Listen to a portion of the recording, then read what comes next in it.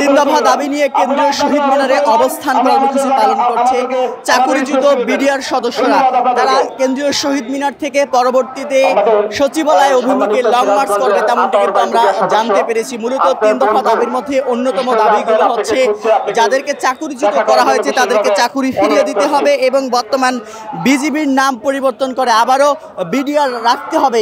এ সকল দাবি নিয়েই কিন্তু বিডিআর সদস্যরা কেন্দ্রীয় শহীদ মিনারে অবস্থান পালন করছেন এবং তারা এখান থেকে 11টার দিকে সচিবালয় অভিমুখে লং মার্চ ঘোষণা করেছেন এবং এখান থেকে 11টার দিকে সচিবালয় অভিমুখে তারা লং মার্চ করবেন, তেমনটি কিন্তু আমরা জানতে পেরেছি। এর আগেও চাকুরিচ্যুত বিডিআর সদস্যরা একাধিক বার এই কেন্দ্রীয় শহীদ মিনারে অবস্থান কর্মসূচি পালন করেছেন তাদের চাকুরি ফিরিয়ে দেবার দাবিতে এবং তাদের মধ্যে যারা এখনও আটক রয়েছেন তাদেরকে দ্রুত মুক্তি দিতে হবে এবং যাদের নামে মামলা রয়েছে তাদের মামলা তুলে নিতে হবে। এই সকল দাবি নিয়ে কিন্তু বেশ কিছুদিন ধরে আন্দোলন করে আসছিল বিডিআর সদস্যরা। মূলত আজকে কি নিয়ে তারা এসেছেন এবং তাদের দাবি কি সেটি আমরা জানতে চাইব। মূলত আজকে কি নিয়ে এসেছেন এবং আপনাদের দাবি কি?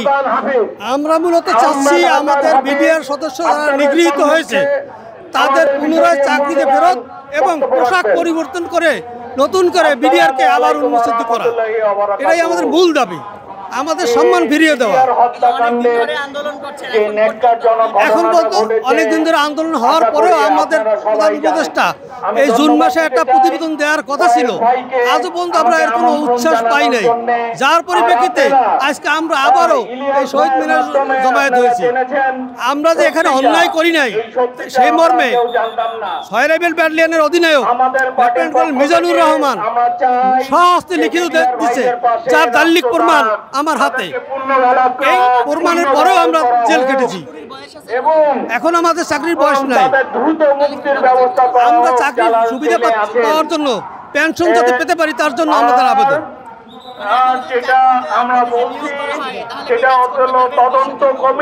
যদি আমাদের বয়স সীমা বাড়াই দেওয়া হয় তাহলে আমরা নিশ্চয়ই পারবো আমাদের প্রত্যেকের নৈতিক দায়িত্ব পালন করতে।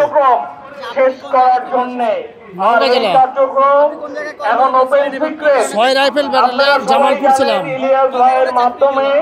আমাদের ৬ রাইফেল ব্যাটালিয়নে কোনো কিছুই হয় নাই, যা ওই সময় তৎকালীন লেফটেন্যান্ট কর্নেল মিজান স্যার ছিলেন এবং আমাদেরকে প্রত্যয়ন পত্র দিচ্ছেন। আর এরকম ভিডিও সিডি এবং আমাদের ডিসি এসপি উপস্থিত ছিলেন। আমাদের ব্যাটালিয়নে কোনো কিছু হয় নাই।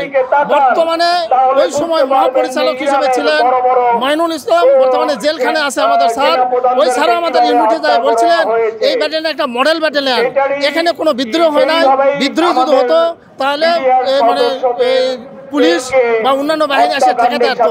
এটা সম্পূর্ণ পরিকল্পিতভাবে চাকরিচ্যুত করা হয়েছে আমাদের বিডিআর ভাইদেরকে।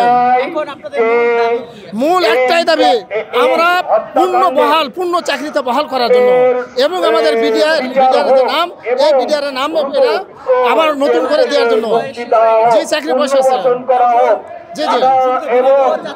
এবং পুনরায় আমাদের চাকরিতে বহাল করার জন্য একটা দাবি।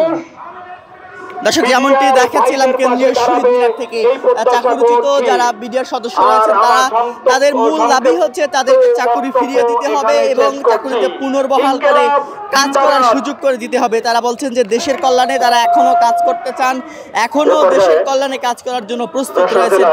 এখন পর্যন্ত আমরা দেখতে পাচ্ছি দেশের বিভিন্ন জায়গা থেকে চাকরিচ্যুত বিডিআর সদস্যরা কেন্দ্রীয় শহীদ মিনারে এসেছেন এবং তারা এখান থেকে হয়তো অল্প কিছুক্ষণ পর সচিবালয়ের দিকে রওনা করবেন, তেমনটি কিন্তু আমরা জানতে পেরেছি। তো এই ছিল এখন পর্যন্ত কেন্দ্রীয় শহীদ মিনার থেকে চাকরিচ্যুত বিডিআর সদস্যদের অবস্থান কর্মসূচি এবং অবস্থান কর্মসূচির পর তারা এখান থেকে সচিবালয়ের দিকে যে এগিয়ে যাবেন, সচিবালয়ের দিকে লং মার্চ ঘোষণা করছেন সেটির সর্বশেষ পরিস্থিতি।